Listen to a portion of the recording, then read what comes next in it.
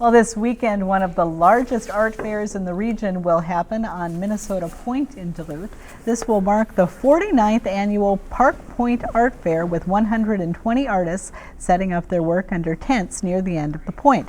It is one of the premier art fairs in the state, drawing juried artists who work in a variety of media. Here to tell us more is Jake Kapsner, the chair of the Park Point Art Fair Committee. And thanks for being here, Jake. Appreciate it. Thank you for having me. And happy to see that you brought a few samples to talk about along the way. But first, what do you think sets the Park Point Art Fair apart from the dozens of other art fairs that occur throughout our region and state in the year? That's a great question. I think the Park Point Art Fair started 49 years ago in Duluth. On Park Point, and the story I'm told, it predates me. I've been involved for about 15 years as part of the Park Point Community Club. But the story I hear is that some entrepreneurial artists set up blankets during the smelt run in the spring. Because smelt fishermen have always been known for buying art. They love fine art. Beer can fine art, maybe. But yeah, they weren't biting. And so they eventually moved the event further down Park Point to the end, the Park Point Recreation Area.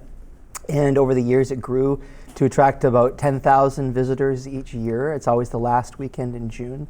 It's coordinated, like I said, by the community club, which I think makes it unique. It's a grassroots nonprofit event, and it's stayed that way. A lot of the people I've spoken with who have been there for decades tell me that it's kind of a throwback.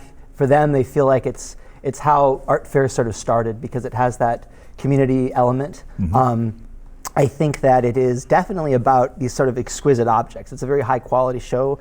The people are juried in. There are 115 artists exhibiting and selling their work. And while it's about objects, I think that it's also about relationships with people, and that's what makes it really unique, because as a community event, we host a dinner for the artists and the volunteers. About 100 volunteers, 50 to 100 every year make it happen. And so we all come together and we have awards for the top artists in about 8 categories and a best of show.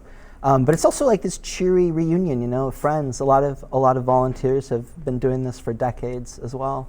Mm-hmm. So. I would assume this isn't highbrow art. I mean, we're not going to the Louvre. Right. So this must be also an event for children. This is maybe a family event, not just mom and dad who want to go buy something. Yeah, absolutely, Dennis. It's we have actually a family art making tent area that we have people make. They can do painting. They can do some like driftwood mobile sculptures. One of the things that the community club supports with the funding is a summer youth program, and they'll be there selling driftwood that has sort of wood burned messages about going to the beach and things. Oh, nice. Yeah, and there's live music. We have a partnership with Beaners Central, which is now called Wussos. And I know that Woodblind and Jacob Mahone, Amy Tischer, there are about 8 different live acts. So there are definitely things beyond the artwork, mm-hmm. but I think the artwork is also very accessible to people. In the categories range from ceramics and pottery, which I understand you do. I dabble. And jewelry, metalwork and sculpture, painting, 2D, print work.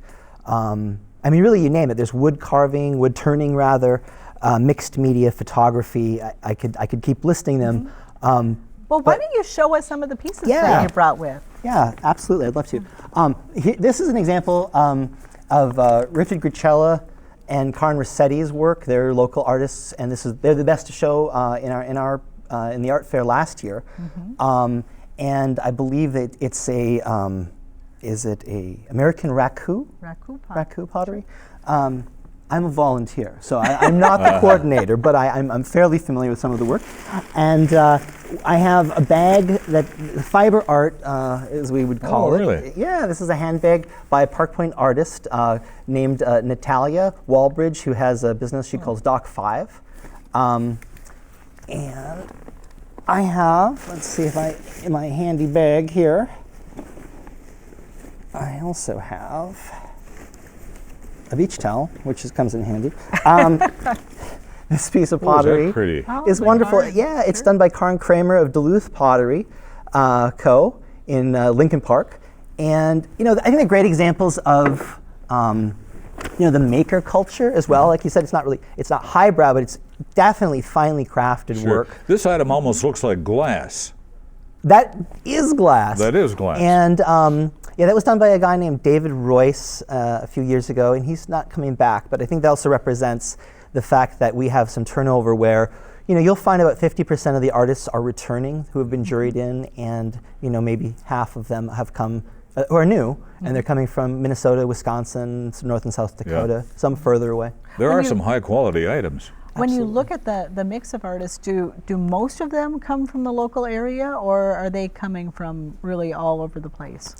Yes, I would say, Julie, that half, again, approximately, maybe 60% are local.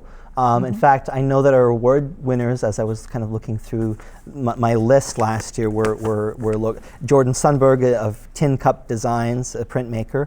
I mentioned Richard Grichala and Karen Rossetti, Karen Kramer. Julie Arthur, I believe, is from Tofty, and she's a weaving artist who does some recycled materials. Dan Neff, who owns Lake Superior Art Glass, teaches courses there in Canal Park. Yeah.